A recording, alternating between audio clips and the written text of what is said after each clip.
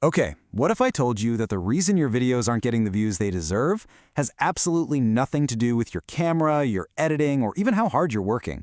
What if the secret to, that explosive growth is just a single mindset shift, one that the biggest creators on the planet use every single day? Stick with me, because we're about to stop thinking like artists and start building like product managers. You know that feeling, right? You pour dozens of hours into a video, the research, the script, getting that edit just right. You hit publish, and nothing, crickets. Meanwhile, some other video in your niche that looks kind of simple just goes viral, and you're left wondering, what's the secret? What do they know that I don't? Well, I'm here to tell you this isn't about luck, and it's not about having a bigger budget. It is all about strategy. Welcome to the AgileWoW podcast, your trusted partner in Agile, Scrum, artificial intelligence training, coaching, and innovation. We're on a mission to build communities, empower professionals, and really accelerate that learning curve, one conversation at a time. So here it is. This is the fundamental answer. The most successful creators out there, they don't just make videos. They build and they ship products. Every single piece of content you see from them is a product, and it's been meticulously designed for a specific customer, your viewer, to solve a specific problem or fulfill a specific need. This one shift in perspective is going to completely change your content strategy. And today, we're going to break down the exact 5-step framework to get it done. All right, so let's start with principle number 1. If your video is a product, well, that makes your viewer your customer. And the very first rule of building anything great is really knowing who you're building it for. This isn't about guessing what some vague demographic might want. It's about a deep, empathetic understanding of a single person's problems and their goals. This idea is pretty much the bedrock of every successful business on earth, and it is no different for creating content. Gift Constable said it perfectly. Success starts with understanding your customers. For us as creators, this means we have to get out of our own heads. What we think is interesting, that's secondary. What really truly matters is what's going on in the world of our viewer. What are they struggling with? What are they trying to achieve? What was the question they literally just typed into that YouTube search bar before they found you? So how do you actually do this? Well, in the product world, we use a process called customer discovery. And your mission, should you choose to accept it, is not to go out and pitch your next video idea.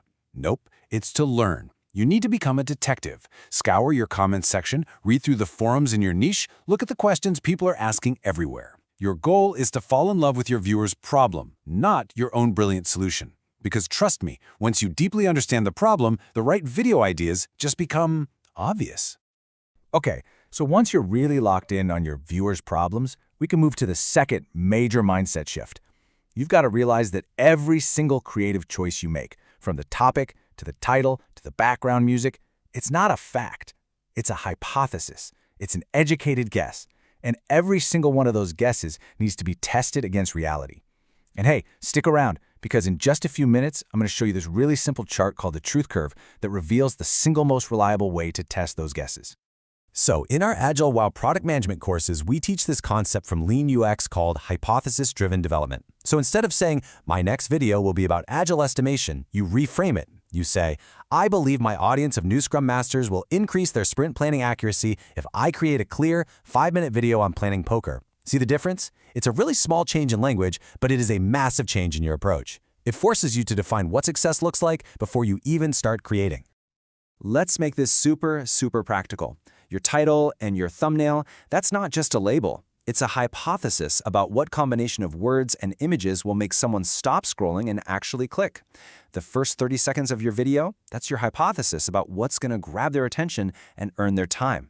Every single element is an experiment. So your job isn't to be right every single time. Your job is to run the experiment and learn from the data.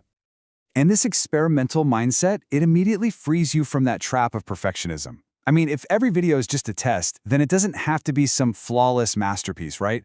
The goal shifts from creating that one perfect video to consistently delivering value and just improving with every single iteration. This is all about building momentum. I absolutely love this framework from product leader Andy Birds because it provides such a sustainable rhythm for creation. So dream in years, know your long-term vision for the channel, plan in months. Set those quarterly goals, like hitting a subscriber milestone or launching a new series. Evaluate in weeks. Once a week, just look at your analytics. See what the data is telling you. But the engine that drives it all is number 4, ship daily. Now, that doesn't mean publish a full video every single day. It just means do something every day. Write a script, design a thumbnail, research a topic that moves you forward. It's this consistent rhythm that stops you from burning out and helps you build an unbeatable library of content.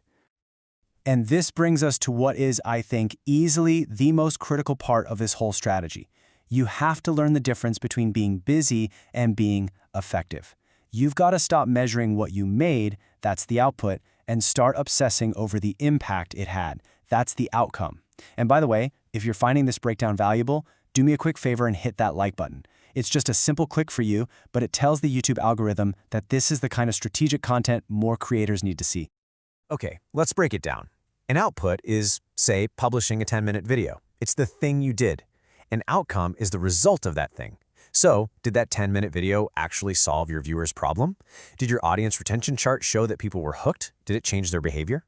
See, the output is really easy to measure, but the outcome is all that actually matters.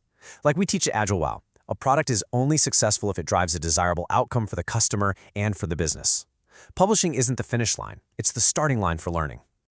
Just a quick reminder, this episode is brought to you by AgileWoW. If you're looking to really level up your skills in building products people love, you should check out our upcoming workshops on product management, agile leadership, and artificial intelligence. We go deep into these concepts to give you a real competitive edge. You can visit our website, www.agilewow.com, for all the details. Now, back to that key question, how do we measure those all-important outcomes?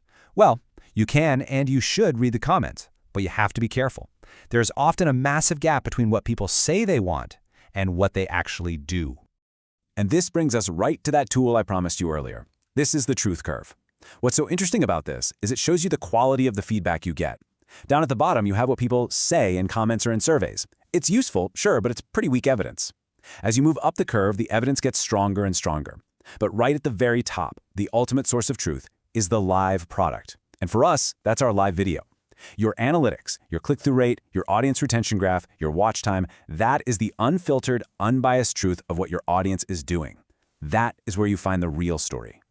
So let's put all this together into our final section here. This is not a linear one-time process. The best product teams and, you guessed it, the fastest growing creators on earth, they operate in this continuous loop of improvement. It's this really powerful compounding cycle. This is the famous build, measure, learn loop, but it's been adapted for us as creators. So, first, you build the video based on a clear hypothesis about your viewer. Then you measure the real-world outcomes using the truth of your analytics.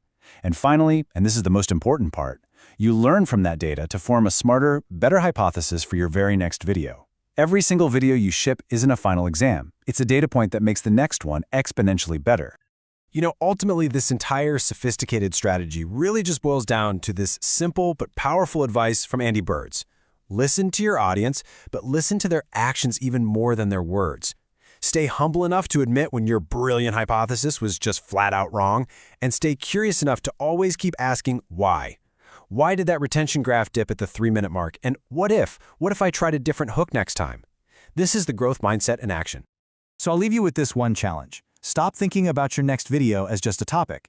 Start thinking about it as an experiment. What is the single most important hypothesis that you need to test right now? Is it about your title format, your editing style, maybe your video length? Pick one, build your test, and start building your content like a product. Thanks for tuning in to the podcast supported by AgileWoW. If you enjoyed this episode, make sure to follow the podcast, leave us a review, and share it with your team. And if you want to advance your Agile journey, check out AgileWoW's upcoming trainings, events, and workshops. They're all designed to help you grow faster, smarter, and together. Until next time, stay agile and stay curious.